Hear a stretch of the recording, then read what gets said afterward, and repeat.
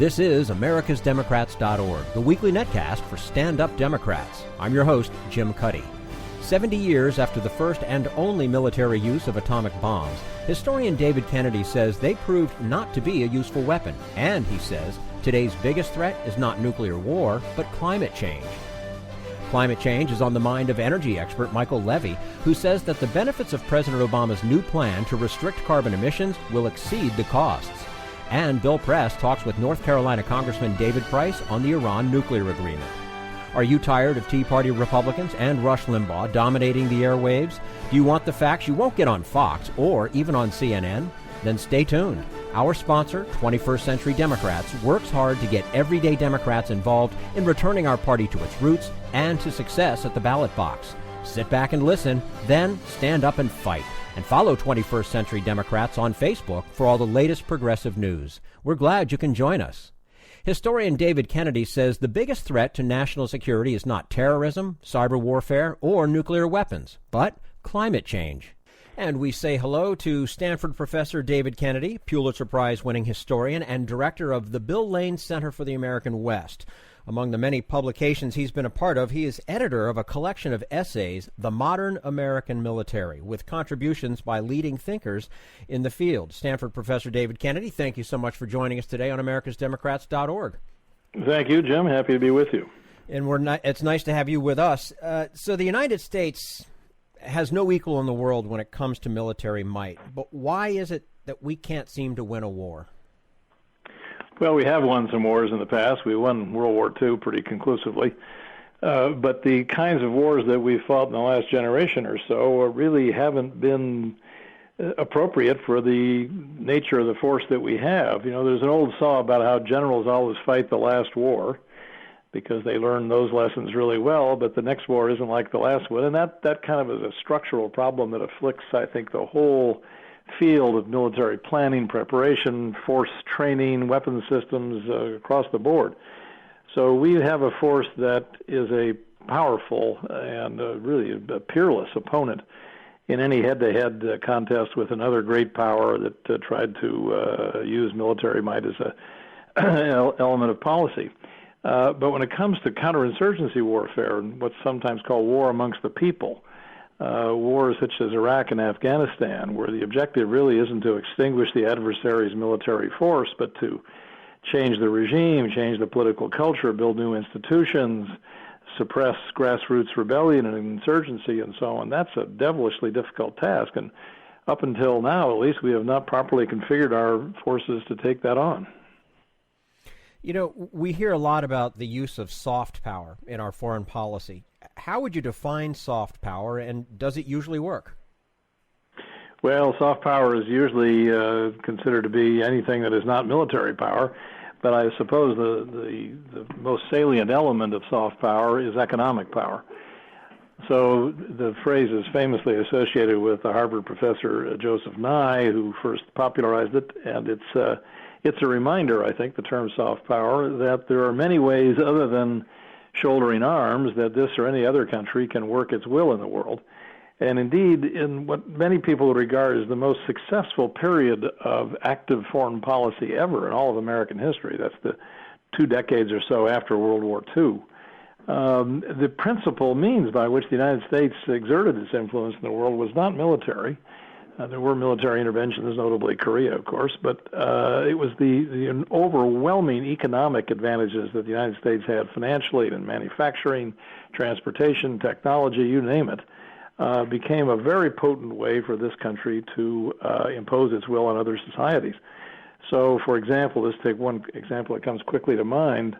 When the French and the British invaded Egypt in the 1950s, the Eisenhower administration did not counter them with military force, but threatened to cut off their oil imports from the United States. The United States was then still the leading oil exporter in the world, and that was a powerful enough lever for the United States to work its will and force the British and the French to dance to its tune.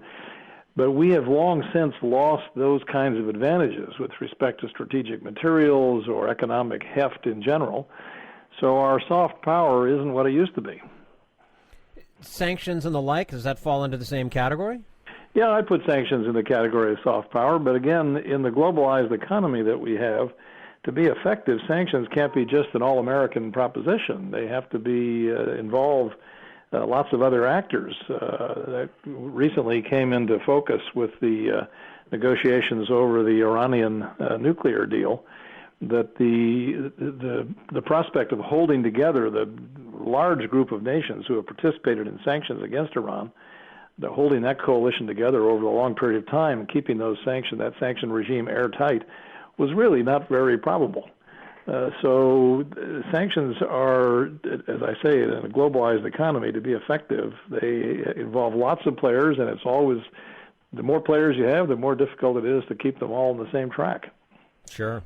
Now, over the years, the U.S. military has shrunk the number of nuclear weapons in its arsenal and built up special forces units. Was this done smoothly and effectively, and is it the ideal structure?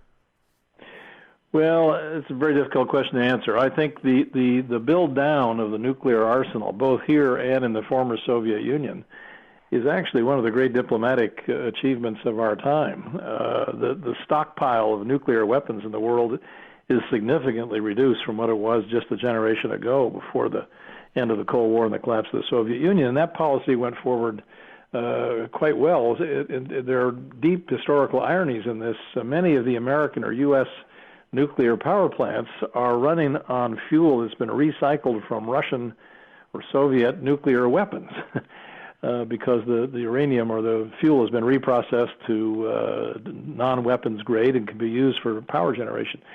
Anybody who predicted that 40 or 50 years ago would have been thought to be loony, but we've done it. So I think the denuclearization, substantial denuclearization of the weapons systems of the Soviet Union, or now Russia and the United States, is something we can all be quite proud of and happy about.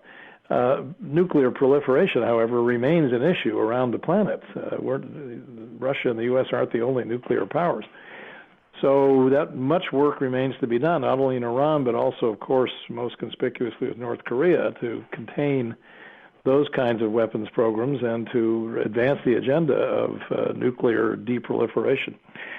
So it's a separate issue, I think, about from nuclear weapons, about the buildup of so-called special forces units or Joint Special Operating Command. That buildup of special forces has been in response to this new type of warfare that we were just discussing, often called counterinsurgency war or war among the people, where you need a different kind of force.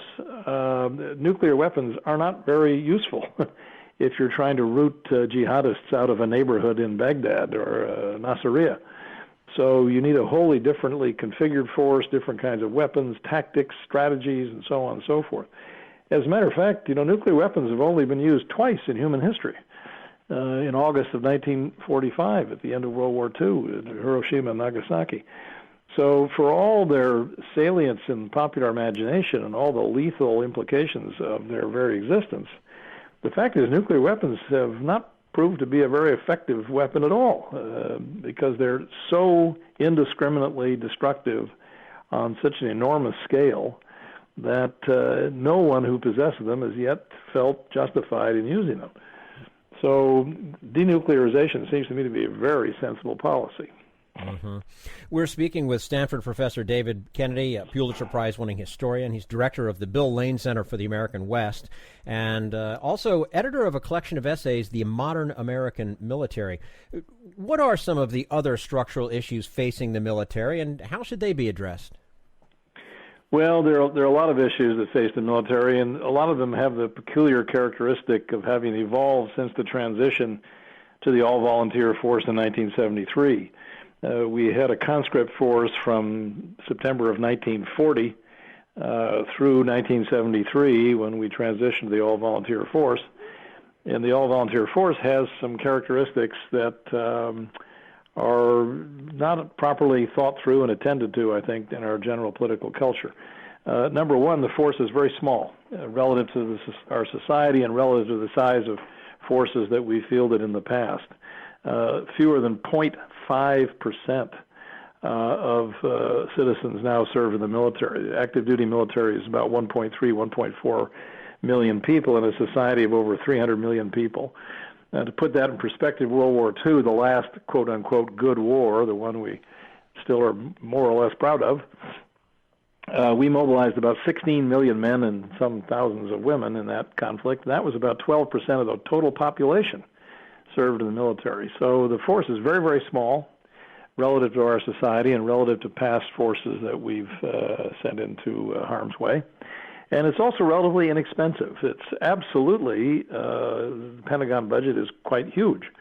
But as a percentage of GDP, of gross domestic product, it's only about 3%. Again, in World War II, it was over 40%. For most of the Cold War, it was in the 8 to 12% range. So we have a force that's relatively small, relatively inexpensive, and that carries with it some implications, that it's relatively easy to use. And I would argue even it's relatively easier to use than the conscript force that we had before 1973. And we can actually prove this in the numbers. Between 1945 and 1973, the end of World War II and the transition to the all-volunteer force, there were 19 overseas deployments. Between 1973 and 2013, when we gathered the data, there were 144 overseas deployments. So if you annualize it, the rate of deployment went up by a factor of 5 in the era of the all-volunteer force compared to the conscript force we had earlier. So the numbers make a powerful suggestion that something has happened, that we more frequently resort to armed force as an instrument of policy than we did in the era when we had a conscript force. Now, there are all kinds of other variables that enter that picture, so we don't want to be too simple-minded about this. But I think a 5-fold increase in the rate of deployment on the face of it is a reason to start thinking through more carefully just what are the implications for national security strategy and for reliance on military force in our own time. Now, who or what do you see as the biggest national security threat? Russia, China, terrorism, cyber warfare, and what do we do about them from a military standpoint? Well, frankly, my number one candidate for as a national security threat is none of the above that you've just named. It's climate change. Climate change is capable of driving extreme behaviors in this and other societies, the likes of which we've never seen before, creating perhaps tens of millions of environmental refugees that could stream across international borders. It could lead to efforts to hoard scarce natural resources such as water as the planet's water supply becomes more stressed. So I think that's the area where we need to do some really fresh and creative thinking about how climate change, if it continues on the trajectory that it appears to be on, will become a very urgent national security threat. Do you think having served in the military makes someone a better congressman, senator, or even president? No, not necessarily. People's service varies. Some people never see combat, some do. It'd be a very hard statement, I think, or argument to uphold that military service really improves your quality as a political leader. However, that said, I do think there is something to worry about that, again, because of the scale of our armed forces and the fact that very few people serve, that just in the nature of things, there are fewer people in the political class, the decision-making class, the Congress, and the executive branch who have ever had any military experience.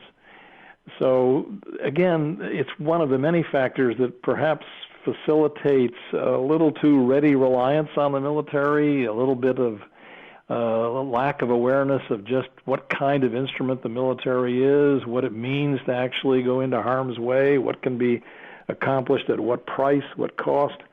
Those are considerations that theoretically at least come more easily to people who've had some exposure to the military experience.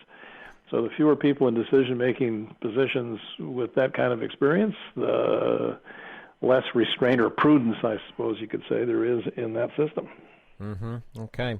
Stanford Professor David Kennedy, Pulitzer Prize-winning historian. He's director of the Bill Lane Center for the American West, also editor of the collection of essays, The Modern American Military, joining us today on americasdemocrats.org. Professor Kennedy, thank you so much for your time with us. We look forward to having you back again soon. Thank you, Jim. You're quite welcome. And this is americasdemocrats.org, the weekly netcast for Stand Up Democrats.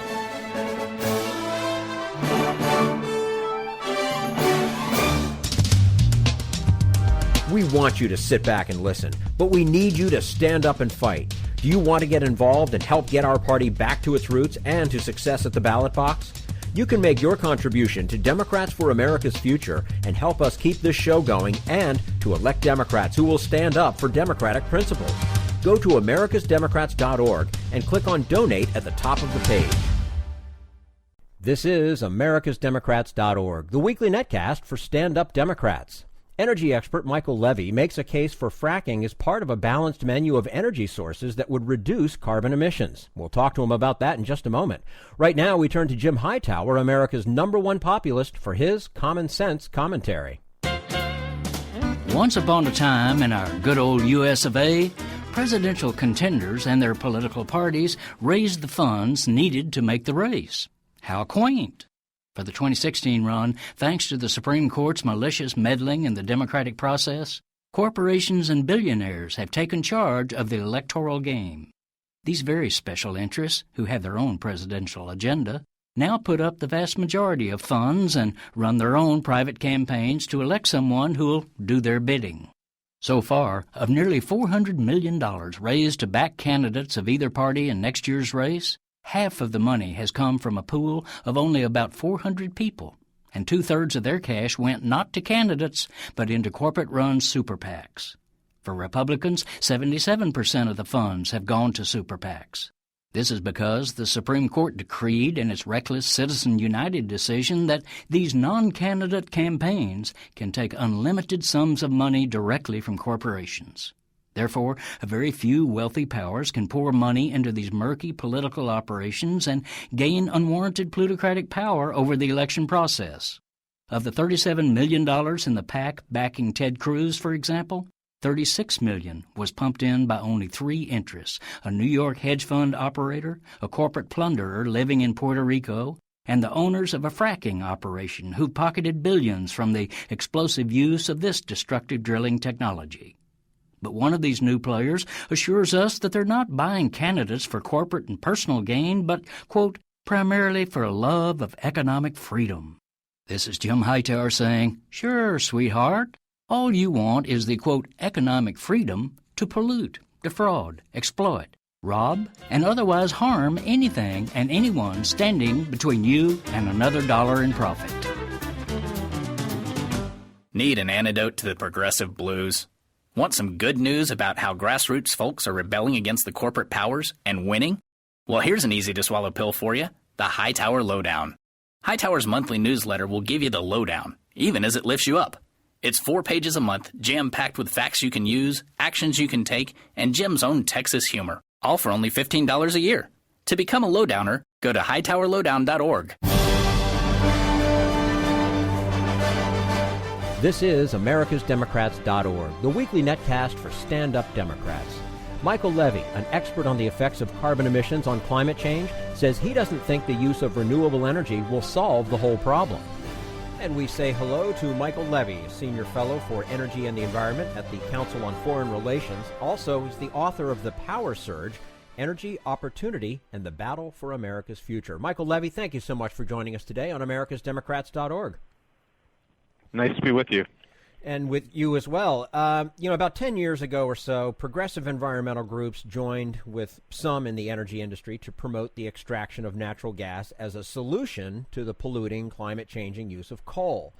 So how did that coalition fall apart, and does it mean coal remains king? Well, coal remains the largest source of U.S. electricity. Coal companies certainly aren't king. We're seeing bankruptcies and crashing share prices across the board. The 4 largest coal companies combined, which produce about half of America's coal, have a smaller market capitalization put together than PetSmart does.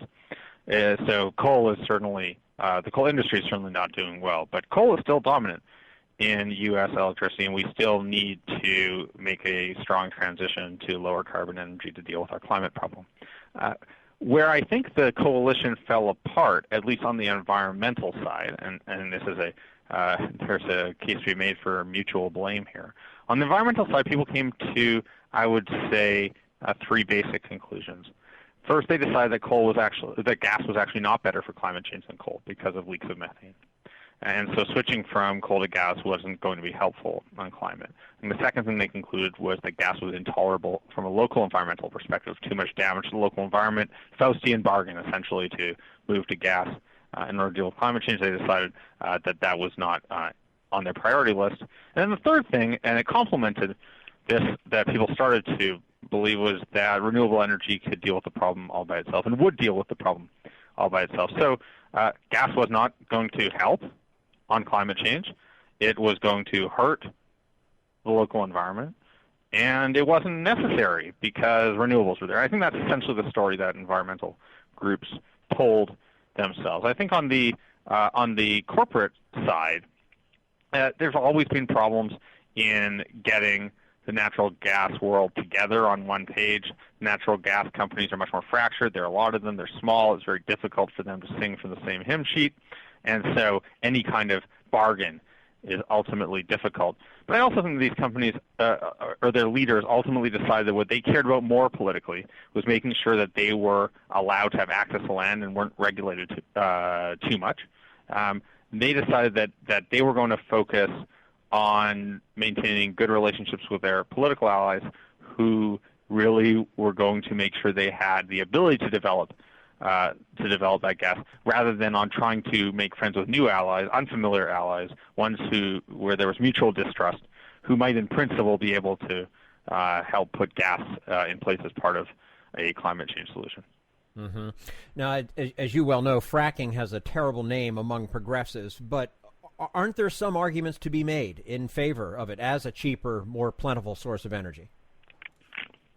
Look, I think there are important arguments made for it for progressives as part of a solution to climate change.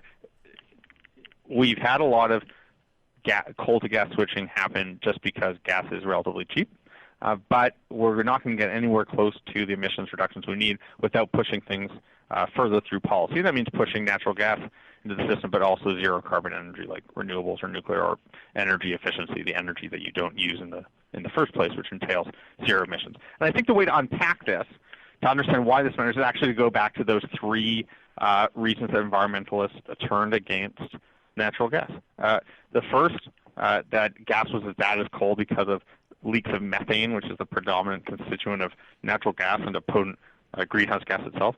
I think, again, if you look at the data, there are real methane leaks. They can be reduced. They should be reduced. But if you look at the studies that have tackled this carefully, you are not going to make natural gas worse than coal for climate change through methane leaks. And I won't do a science lesson here unless we want to go into it, but you're just not getting to that point. So gas is better than coal.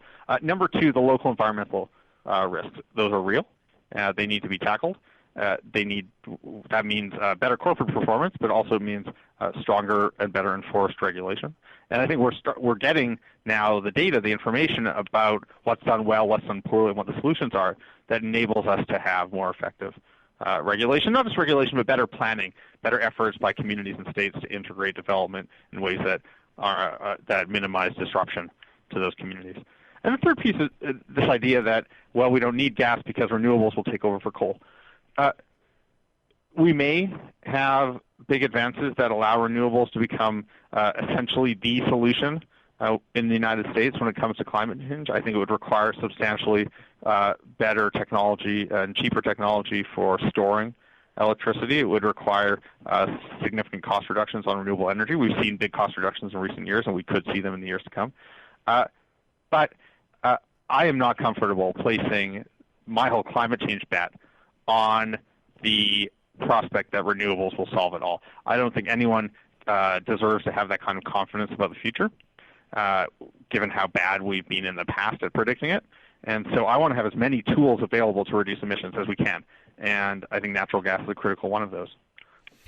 Don't the arguments for a well-regulated regime of hydraulic fracking depend on the seemingly impossible tasks of passing new laws that the energy industry would oppose and depending on frackers to act more socially responsible? I don't think it depends on that. the EPA has plenty of latitude under the Safe Drinking Water Act, among other tools, to put in place sensible regulation. I think the states, frankly, often have less ideological, more practical foundations upon which to build new regulation. I think if you look at regulations put in place under governors of a variety of political stripes in states that are using this technology, I think you often see, I think the consistent thing you see is a trend toward stronger regulation as people look at the cumulative impact of all of this development. So I think this combination of existing authority for the Environmental Protection Agency and a more practical bent to politics at the state level gives me more confidence that you can get this kind of thing right. I also think they're good players in the industry. I think industry is not uniformly allergic to this sort of regulation. And over time, I hope that the more responsible players in industry will want to clean it up so that the weaker ones don't create problems for everyone else. And you've seen some moves like this. You saw something called the Coalition for Responsible Shale Gas Development, coalition between universities, a couple environmental NGOs, and some leading energy companies saying, look, here's what constitutes responsible shale gas development. You have to case your wells in the following way. You have to dispose of waste in the following way. You have to make sure that air emissions are controlled in the following way. And those things, they may not be legally binding in a regulatory sense, but if a company goes out there and says the following things are what constitute responsible development, they're better stick up to that, or they will be the subject of serious lawsuits and reputational damage. Mm-hmm. We're speaking with Michael Levi, Senior Fellow for Energy and the Environment at the Council on Foreign Relations, also the author of The Power Surge, Energy Opportunity and the Battle for America's Future. What evidence is there that more reliance on gas would actually cut carbon emissions? And if natural gas becomes cheaper, won't more consumers use it and crowd out development of renewable energy sources? So there's two good questions. First, natural gas, when you burn it in a typical new natural gas-fired power plant, yields roughly half the carbon dioxide emissions as coal does, and I don't think there's any debate over that. So that, on its face, means that you have lower carbon dioxide emissions. The question that people debate is whether methane leakage, the leakage of the main constituent of natural gas, negates that benefit because methane is in itself a potent greenhouse gas. And to tackle that, what you really have to do is you have to model worlds where you have a lot of coal and worlds where you switch from coal to natural gas. And strings of researchers have done that kind of modeling. I published peer-reviewed work doing variation on that sort of modeling. And you consistently come to the conclusion that the methane leakage does not, let me be very precise. What we care about most is the peak temperature that climate change drives us to, and keeping coal rather than switching to natural gas invariably results in higher peak temperatures, even with substantial levels of methane leakage. And the more serious question and the more important question is essentially the second one that you asked, which is, well, won't cheaper natural gas crowd out zero carbon energy? I think that's a real issue. Cheaper natural gas will crowd out any alternative to natural gas, in part coal, but in part zero carbon energy. We've seen so far that natural gas has had a much larger impact on coal than on zero carbon energy, in part because zero carbon energy was starting from a small base, and in part because it's supported by subsidies and by other government policies. But in the long run, we do need to move to a zero carbon system if we want to deal with climate change. And so, to me, the way you deal with this is you put in place rules that limit total emissions. And it's essentially what the Clean Power Plan that the President has put out there does. And if you are limiting total emissions and progressively reducing that limit, ultimately you are going to have lower emissions. And if in order to get those lower emissions, you need to use more zero carbon energy, more renewable energy, more nuclear energy, whatever you'd like, and less gas, then that's the way the system will go. What are the political realities of that actually happening? Well, I think we're heading that way right now. The EPA was required by the Supreme Court to look into regulating carbon dioxide emissions from power plants. It's done that. It proposed a draft rule roughly a year ago. It's now finalized that draft rule. That rule sets limits on these power plant emissions, and states will get to decide how they comply. But a lot of them will essentially put a price on emissions and let industry figure out the best way to reduce emissions. This is not a done deal yet. There will be court challenges, and the administration has revised its plan in a way that makes it considerably more resilient in the face of court challenges, considerably tougher in the face of court challenges. But there will be other barriers. Some states will choose not to follow the rule, and then a future administration will have to sue them or in some other way press them to comply with the rule. And depending on the character of that future administration, there may be more or less interest in pursuing states that don't play ball. Before we let you go, what do you think of the merits and of the political outlook for President Obama's new stricter regulations on greenhouse gas emissions? I think they're a good step forward. I would rather have a legislative solution that gives every source of energy equal ability to compete and generates revenues that help reduce the deficit or help people and communities and industry transition. But that's not in the political cards. Congress has made it pretty clear that for the time being, it's not going to pass a cap-and-trade system or carbon tax. So the administration has used the tools that it has available to it, and I think it's done it in a pretty sensible way.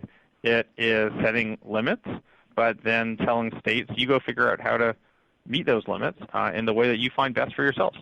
I hope that states will pursue policies to meet those targets that help the most vulnerable people deal with the transition, that allow industry to find the cheapest ways of reducing emissions, and that don't put all sorts of kludges and special carve-outs in place that undermines the flexibility that the administration has been trying to provide. But I think we'll see this over the next few years as states are required to present their plans to the EPA for approval. We'll see exactly how they're implementing them. But on the whole, this is obviously not the perfect system, but it's one where it looks like the benefits will substantially exceed the cost, and that's a pretty good test for whether a regulation is a smart one. It's certainly not a bad place to start. Michael Levi, Senior Fellow for Energy and the Environment at the Council on Foreign Relations and the author of The Power Surge, Energy, Opportunity, and the Battle for America's Future. Michael, thank you so much for joining us today on americasdemocrats.org. We look forward to having you back again soon. Thank you. You're quite welcome, and this is americasdemocrats.org, the weekly netcast for Stand Up Democrats.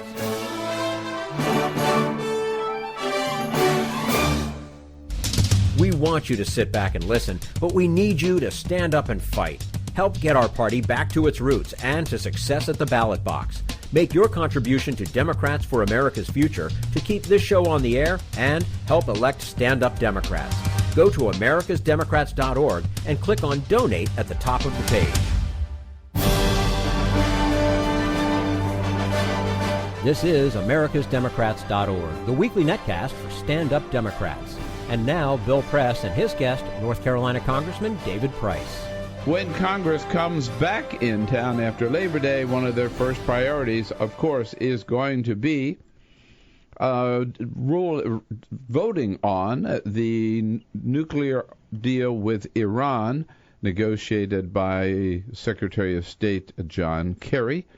President Obama will be giving a major speech explaining to the American people what that deal is all about and why that's important later this morning, about 3 hours from now at American University. One member of Congress very active in foreign affairs and the Middle East for a long time, who will be, I'm sure, studying this deal and listening to the President's speech today, Congressman David Price, representing North Carolina's 4th District and joining us on our news line this morning. Congressman, it's good to have you with us. Thank you so much for joining us. Thank you, Bill. Good to be with you. You have had a chance to at least preliminarily take a look at this deal and participated in some of the briefings by administration officials. What's your take on it? I think it's a remarkable achievement, and it has features that other nuclear deals have not had. It has extremely strict standards and rules of inspection and enforcement provisions. It's not perfect. I mean, no negotiated settlement gets everything you want, But I think this is a far stronger deal than most had predicted. And when you think about not just the content of the deal, but when you think about the alternatives, if you reject the deal, then I think that really clinches the case for getting this done. Congressman, one of the, and even from friends of mine, and we've heard some Republican members of Congress say, the number one argument against it is that you can't, no matter how good the deal is, you can't trust Iran, right, to live up to any deal. What do you tell them? Well, that's why the deal needs to be very, very closely monitored and enforced. And, of course, you can't trust Iran. That's why we had to negotiate this deal. You don't negotiate with your friends. You negotiate with your adversaries. And, this kind of reasoning does creep in, I think, often to I'm old enough to remember the opening to China, Nixon's opening to China. And people treated that sometimes as though it was some kind of reward for China or an approval of China. It's the farthest thing from the truth. You negotiate these things because you don't have trust, and you otherwise are facing unacceptable consequences. So, sure, we are going to have to be on this case for a long time. Just simply doing the deal, no matter how good it is, isn't going to finish the matter. And which I think also speaks to the symbolism and the significance of the president going to American University today. It's where President John F. Kennedy in 1963 explained to the American people why it was important to enter into a nuclear deal with the then Soviet Union. Right. And we didn't trust them either, right? No, that's right. And but those agreements were critically important in protecting our country. And so the diplomacy here is just extraordinary. You mentioned my involvement before. I really have thought for a long time that we simply had to pursue a serious diplomatic path, and the election of President Rouhani in Iran in late 2013 offered an opening, or at least we hoped so, and needed to explore that. And so, yes, we've been working on this a long time, but it was a close call. I mean, those last few days of negotiating, Secretary Kerry will say, were very, very difficult. And so I and others have done our due diligence. There's a classified annex to this and intelligence reports that I think every member needs to read. I did that last week, and I'm satisfied that we have here a deal that if we monitor it, enforce it carefully, it will prevent Iran from getting a nuclear weapon. And that's the idea. Any other problems we have with Iran's behavior, and we have a lot of them, there's not a single one of those problems won't be worse if this country has a nuclear weapon. And another important issue, in fact, I would say sometimes it seems that the leader of the opposition in Congress to this deal is not a member of Congress, but is the Prime Minister of Israel. He is here, and he is meeting with Jewish leaders around the country with one message. Here, Congressman, is Prime Minister Netanyahu yesterday. I don't oppose this deal because I want war. I oppose this deal because I want to prevent war. And this deal will bring war. This deal will bring about another war. Do you believe that? No, I don't. And in fact, I think the consequences of rejecting the deal might well include war. We do not need another Middle East war. And besides, even if you had another Middle East war, even if it proved to be a quick war, like Tom Cotton and others say, and of course we've heard that before. We've heard that before, right? But even if you have these deep penetrating bombs and you destroy facilities, you're just setting the program back a couple or 3 years. So war is really not the solution here. And the Prime Minister's reasoning, I did not attend his speech, but I listened to every word of it because he had no business being invited or coming at that point in the Israeli elections. But anyway, there he was, and he gave a speech in favor of a better deal. The notion being that if you just hold off and keep the sanctions on and tighten the screws, then Iran is eventually going to be willing to give up their entire entire enrichment program.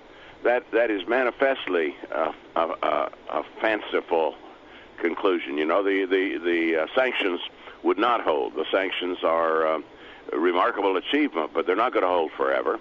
And so the prospect of going back and keeping the sanctions together, much less getting Iran to cry uncle, it's just not going to happen. And so Netanyahu's never been a reliable guide on this. I think all you need to do is to turn to former Mossad and former intelligence and military people in Israel in large numbers are speaking out and saying this is a deal that will protect our country.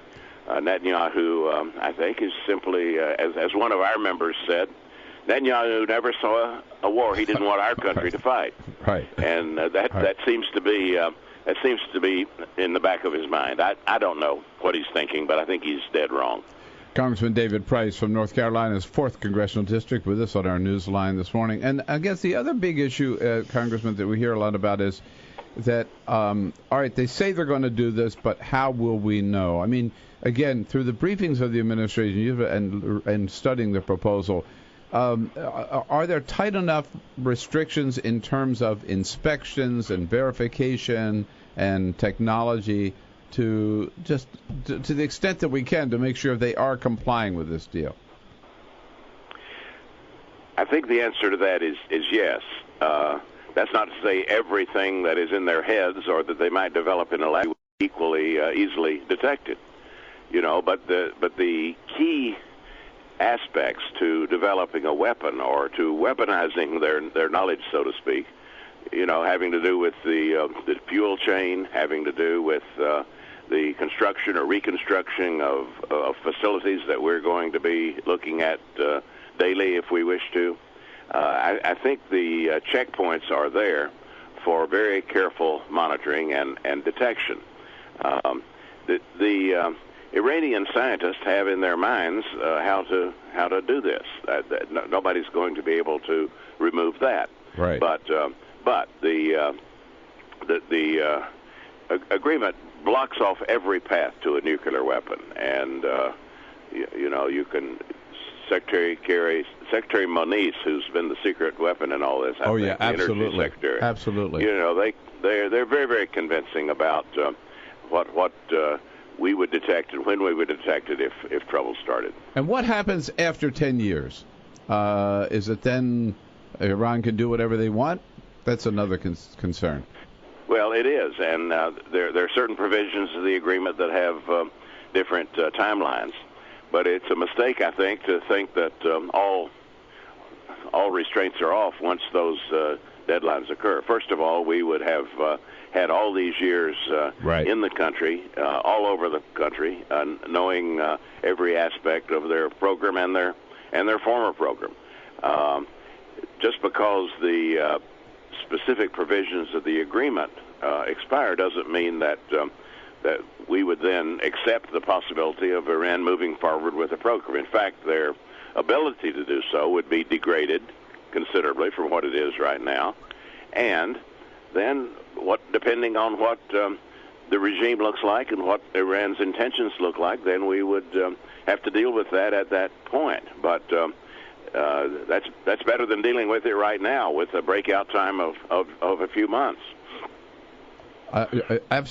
Absolutely, and you know, I think the point you made is so valid that we'd have a 10-year head start, right? And during this 10 years, we'd have a breathing spell, certainly better than the present thing now. Well, yeah, not just a breathing spell, but a unprecedented intrusion into the country and into all aspects of their program. So, even if they intended to resume the program after the agreement expired, they would do so with considerable handicaps in terms of our ability to know what's going on, and then if we had to take measures to prevent that resumption of a program. That I think we have to acknowledge that after 15 years, that might be a possibility. We might still have to worry about this, but it's a lot better to defer the whole thing for,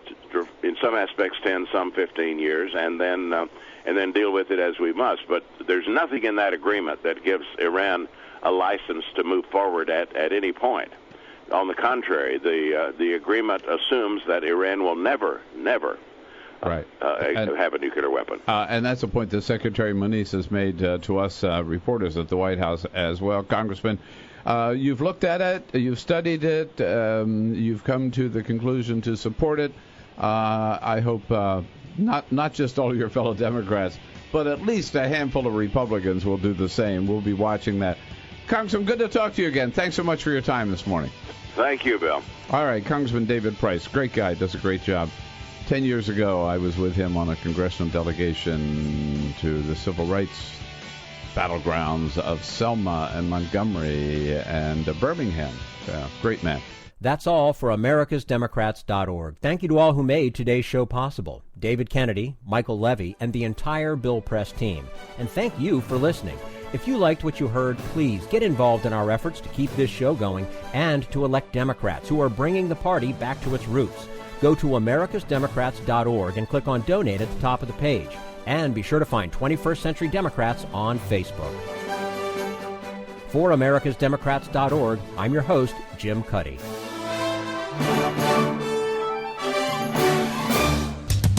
We want you to sit back and listen, but we need you to stand up and fight. Join us. Support the show and help elect Democrats who will stand up for democratic principles with your contribution today.